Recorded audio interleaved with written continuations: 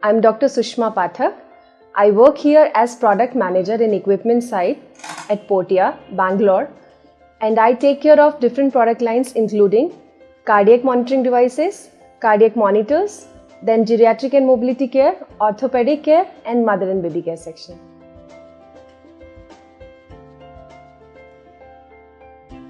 So basically DVT pump stands for Deep Vein Thrombosis pump. It is pneumatic sequential compression devices, meaning air is filled in the compression devices which will bring decrease in the swelling, or we can say edema in medical term. So deep vein thrombosis is only used for calf muscles, that too only for legs. It comes in different cuffs, like sizes also varies in cuff, small, medium, large, XL as per the patient's need. These devices are particularly used for ICU cases at home. Why? Because the patient is lying on bed for a very long period of time. So if it is a bedridden patient more than 4 to 5 days, then he or she should definitely go for DVT pump.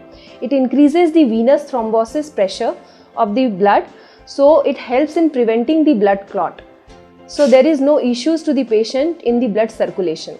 These are the advantages of DVT pump, and indication will include pre-surgery, post-surgery, patient with ICU cases, particularly more than 4 days, long-term bedridden cases, and monothermy cases.